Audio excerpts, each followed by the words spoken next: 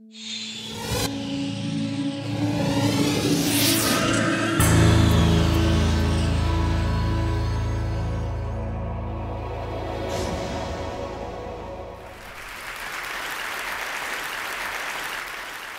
want you to take a look at this baby. What you're drawn to are her eyes and the skin you love to touch. But today I'm going to talk to you about something you can't see. What's going on up in that little brain of hers? The modern tools of neuroscience are demonstrating to us that what's going on up there is nothing short of rocket science. And what we're learning is going to shed some light on what the Romantic writers and poets described as the celestial openness of the child's mind. What we see here is a mother in India, and she's speaking Koro, which is a newly discovered language. And she's talking to her baby.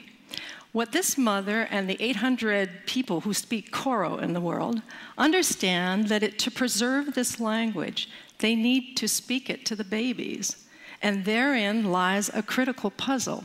Why is it that you can't preserve a language by speaking to you and I, to the adults? Well, it's got to do with your brain. What we see here is that language has a critical period for learning. The way to read this slide is to look at your age on the horizontal axis. You've done that. And you'll see on the vertical your skill at acquiring a second language. The babies and children are geniuses until they turn 7, and then there's a systematic decline. After puberty, we fall off the map.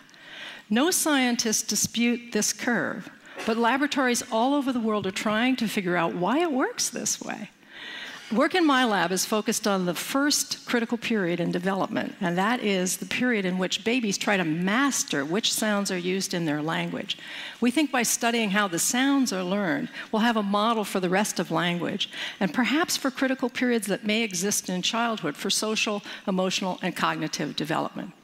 So we've been studying the babies using a technique that we're using all over the world in the sounds of all languages.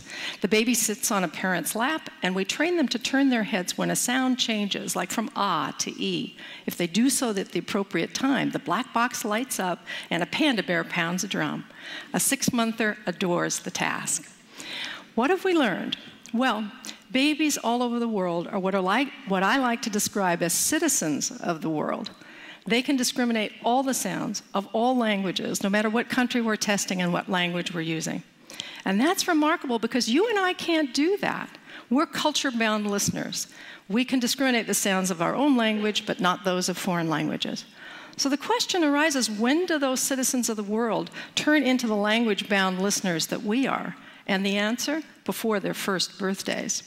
What you see here is performance on that head turn task for babies tested in Tokyo and in the United States, here in Seattle, as they listen to ra and la, sounds important to English but not to Japanese. So at 6 to 8 months, the babies are totally equivalent. 2 months later, something incredible occurs. The babies in the United States are getting a lot better. The babies in Japan are getting a lot worse, but both of those groups of babies are preparing for exactly the language that they're going to learn. So the question is, what's happening during this critical 2-month period? This is the critical period for sound development, but what's going on up there? So there are 2 things going on. The first is that the babies are listening intently to us, and they're taking statistics as they listen to us talk. They're taking statistics. So listen to 2 mothers speaking Motherese, the universal language we use when we talk to kids. First in English and then in Japanese. I love your big blue eyes. So pretty and nice. うわー、大きな茶色いお目目。そして綺麗な黒い髪。 During the production of speech, when babies listen, what they're doing is taking statistics on the language that they hear. And those distributions grow. And what we've learned is that babies are sensitive to the statistics, and the statistics of Japanese and English are very, very different. English has a lot of R's and L's, the distribution shows. And the distribution of Japanese is totally different, where we see a group of intermediate sounds, which is known as the Japanese R.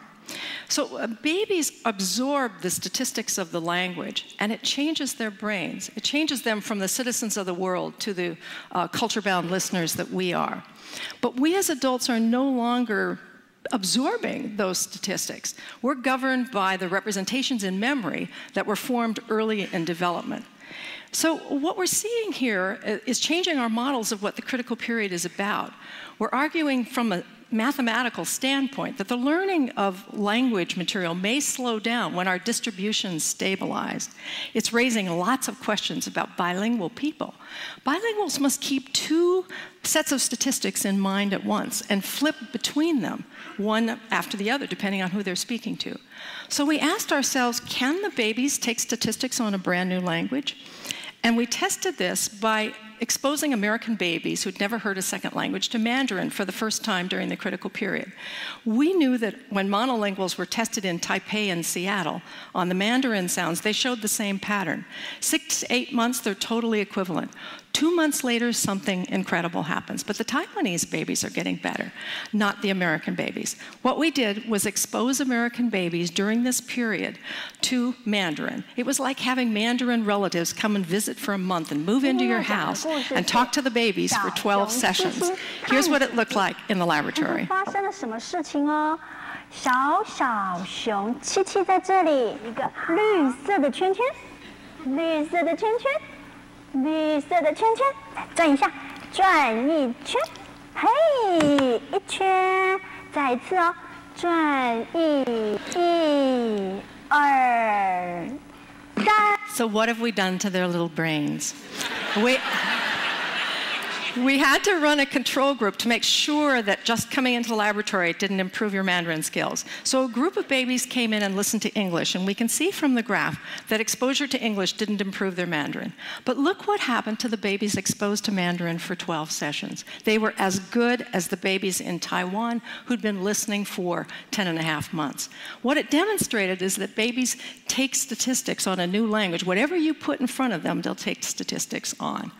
But we wondered what role the human being played in this learning exercise. So we ran another group of babies in which the kids get the same dosage, the same 12 sessions, but over a television set. And another group of babies who had just audio exposure and looked at a teddy bear on the screen. What did we do to their brains?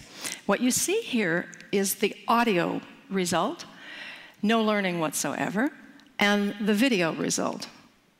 No learning whatsoever. It takes a human being for babies to take their statistics.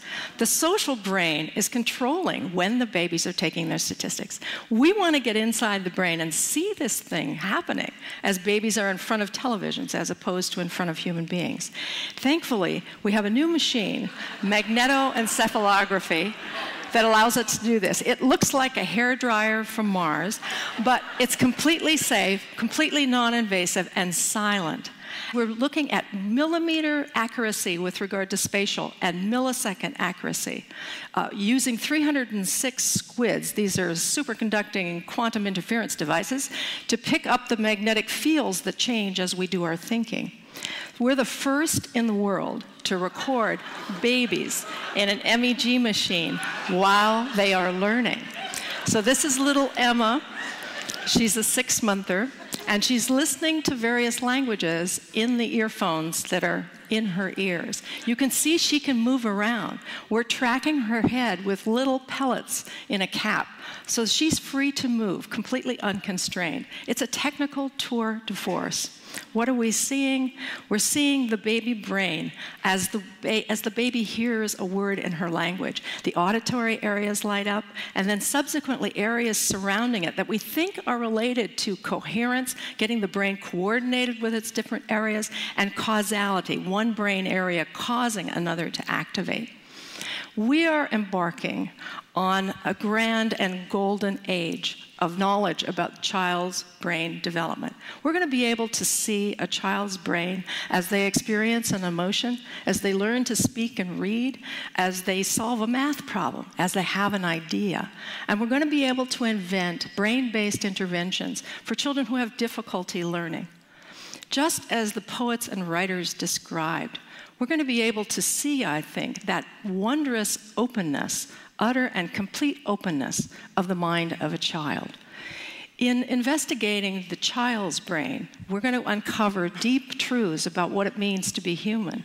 And in the process, we may be able to help keep our own minds open to learning for our entire lives.